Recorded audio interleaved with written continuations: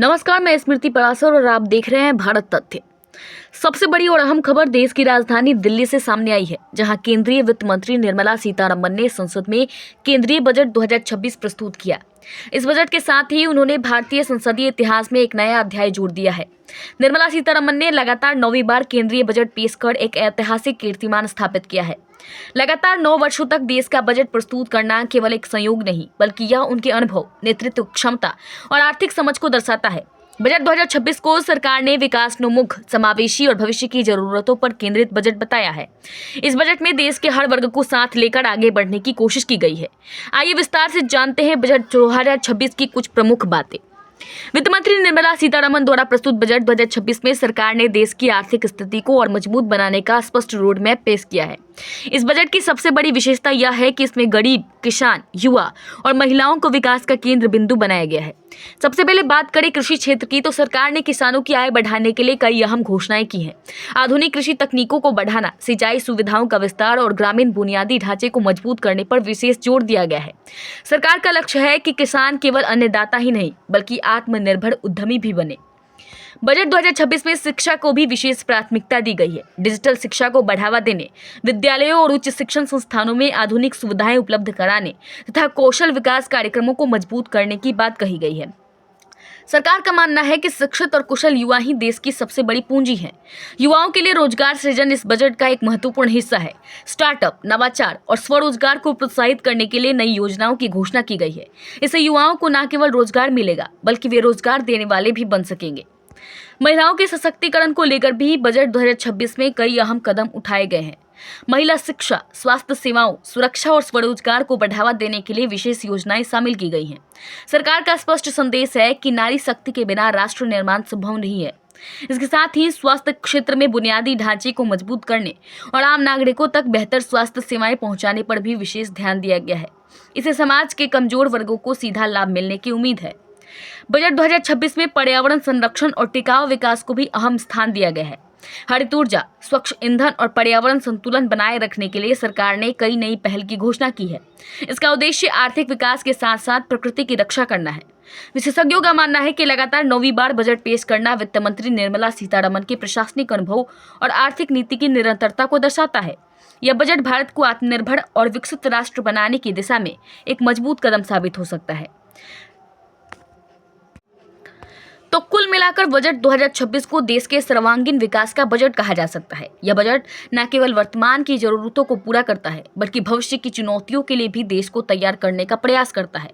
लगातार 9वीं बार बजट पेश कर वित्त मंत्री निर्मला सीतारमण ने इतिहास रच दिया है और यह संदेश दिया है कि भारत आर्थिक स्थिरता, विकास और आत्मनिर्भरता के पथ पर लगातार आगे बढ़ रहा है।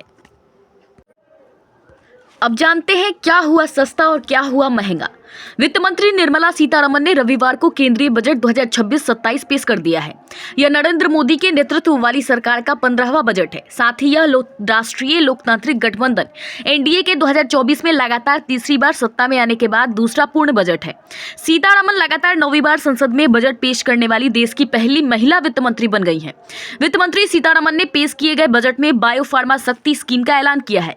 इसके अंतर्गत केंद्र सरकार की ओर से अगले 5 वर्षों के लिए 10,000 करोड़ रुपए आवंटित किए गए हैं।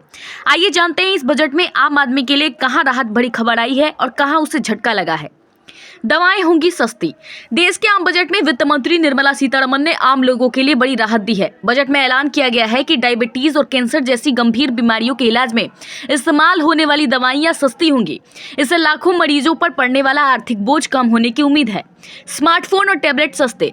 मेक इन इंडिया अभियान को मजबूती देते हुए भारत में निर्मित स्मार्टफोन और टैबलेट के दामों में कमी आने की संभावना है।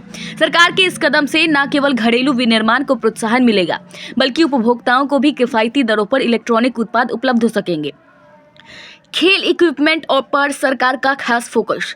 वित्त मंत्री ने कहा कि बजट 2026-27 में खेल इक्विपमेंट को अधिक किफायती बनाने का प्रस्ताव किया गया है, जिससे युवाओं और खिलाड़ियों को सीधा लाभ मिलेगा। सरकार का फोकस है कि इस बजट के बाद बाजार में खेलकूद के सामान और किफायती दामों में मिलेंगे।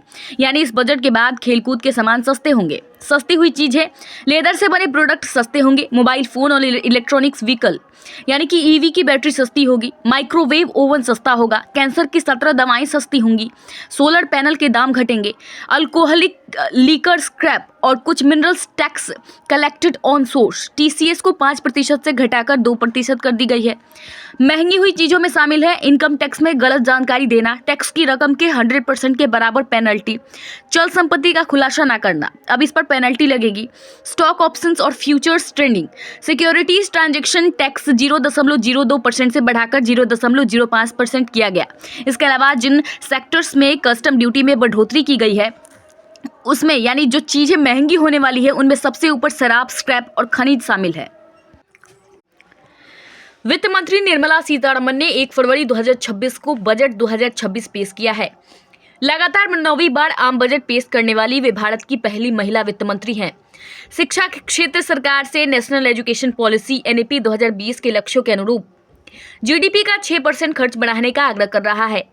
वित्त मंत्री निर्मला सीतारमण ने विकसित भारत के मुख्य चालक के रूप में सेवाओं के क्षेत्र पर ध्यान केंद्रित करने पर जोर देते हुए कहा कि मैं एक high powered education to employment and enterprise standing committee बनाने का प्रस्ताव देती हूं, जो ऐसे उपायों की सिफारिश करेगी जो विकसित भारत के मुख्य ड्राइवर के तौर पर सर्विस सेक्टर पर फोकस करें। इससे हम सर्विस सेक्टर में ग्लोबल लीडर बनेंगे और 2047 तक हमारी ग्लोबल हिस्सेदारी 10% होगी। बजट की 10 बड़ी घोषणाएं। वित्त मंत्री निर्मला सीतारमण ने आम बजट 2026 पेश करते हुए कई बड़ी घोषणाएं की हैं। इन्हीं घोषणाओं में से एक है हाई स्पीड रेल कॉरिडोर का निर्माण। वित्त मंत्री ने देश भर में 7 नए हाई स्पीड रेल कॉरिडोर बनाए जाने की घोषणा की है। ये 7 कॉरिडोर मुंबई पुणे, पुणे हैदराबाद, हैदराबाद चेन्नई, हैदराबाद बेंगलुरु, चेन्नई बेंगलुरु, दिल्ली वाराणसी, वाराणसी सिलीगुड़ी है। इन शहरों के बीच हाई स्पीड ट्रेनें दौड़ेंगी। इन ट्रेनों के चलने से यात्रियों को काफी सहूलियतें मिलेंगी। वित्त मंत्री निर्मला सीतारमण ने अपने बजट भाषण में सेमीकंडक्टर पर विशेष ध्यान दिया है। वित्त मंत्री ने कहा है कि सेमीकंडक्टर के लिए 40,000 करोड़ रुपए देने की घोषणा की। वित्त मंत्री ने कहा है कि भारत सेमीकंडक्टर मिशन पर अपना फोकस बढ़ाएगा। इसके तहत घरेलू कैपिटल गुड्स क्षमताएं बनाने और एक इंडिपेंडेंट सप्लाई चेन बनाने पर जोर रहेगा। वित्त मंत्री ने कहा कि इसके लिए ओडिशा, तमिलनाडु, आंध्र प्रदेश और केरल जैसे खनिज समृद्ध राज्य दुर्लभ पृथ्वी संसाधनों तक पहुंच हासिल करने में महत्वपूर्ण होंगे। वित्त मंत्री निर्मला सीतारमण ने कहा कि हम 5 लाख से अधिक आबादी वाले शहरों यानी टियर 2 और टियर 3 शहरों में इंफ्रास्ट्रक्चर का विकास जारी रखेंगे। वित्त वर्ष 2026-27 में मैं सार्वजनिक पूंजीगत खर्च पब्लिक कैपेक्स को 12.2 लाख करोड़ रुपए बढ़ाने का प्रस्ताव रखती हूँ। वित्त मंत्री निर्मला सीतारमण ने दिव्यांगजन कौशल योजना का ऐलान किया, जिसका मकसद प्रत्येक दिव्यांग समूह को उद्योग अनुकूल और विशिष्ट प्रशिक्षण के माध्यम से सम्मान से जीवन जीने के अवसरों को सुनिश्चित करना है। साथ ही दिव्यांग सहारा योजना की घोषणा भी हुई। इसका उद्देश्य artificial limbs manufacturing corporation of India ALIMCO को सहायता उपकरणों के उत्पादन को बढ़ाने, अनुसंधान एवं विकास में निवेश और AI से एकीकरण के लिए मदद करना है। वित्त मंत्री निर्मला सीतारमण ने कहा कि मैं 3 नए एम्स संस्थान स्थापित करने, आयुष फार्मेसियों और औषधि परीक्षण प्रयोगशालाओं को उन्नत बनाने और अधिक कुशल व्यक्ति उपलब्ध कराने और जामनगर स्थित WHO वैश्विक पारंपरिक चिकित्सा केंद्र को अपग्रेड करने का प्रस्ताव करती हूँ।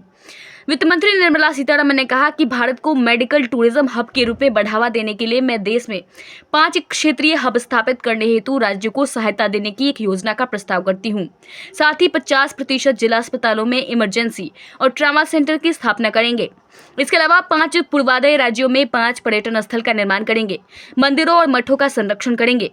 वित्त मंत्री निर्मला सीतारमण ने कहा कि मैं एक उच्च शक्ति प्राप्त शिक्षा से रोजगार और उद्यम स्थायी समिति गठित करने का प्रस्ताव करती हूं, जो विकसित भारत के मुख्य चालक के रूप में सेवा क्षेत्र पर केंद्रित उपायों की सिफारिश करेगी। यह हमें सेवाओं के मामलों में वैश्विक स्तर पर अग्रणी बनाएगा, जिसका लक्ष्य 2047 तक वैश्विक हिस्सेदारी को 10% तक बढ़ाना है।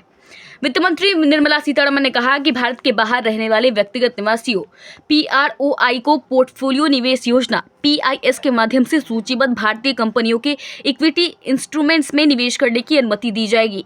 साथ ही PROI के लिए निवेश की सीमा को 5% से बढ़ाकर 10% करने का प्रस्ताव है। वित्त मंत्री निर्मला सीतारमण ने कहा कि मैं चैलेंज मोड में मेगा टेक्सटाइल पार्क स्थापित करने का प्रस्ताव करती हूँ। साथ ही मैं खादी और हथकरघा को मजबूत करने के लिए महात्मा गांधी ग्राम स्वराज पहल शुरू करने का भी प्रस्ताव रखती हूँ। वित्त मंत्री निर्मला सीतारमण ने ऐलान किया कि खेलकूद के सामान सस्ते होंगे। गांव के लिए बड़ी स्कीम का ऐलान किया।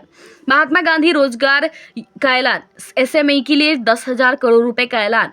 इससे खिलाड़ियों को मदद मिलेगी, बच्चों का खेलकूद की तरफ रुझान बढ़ेगा।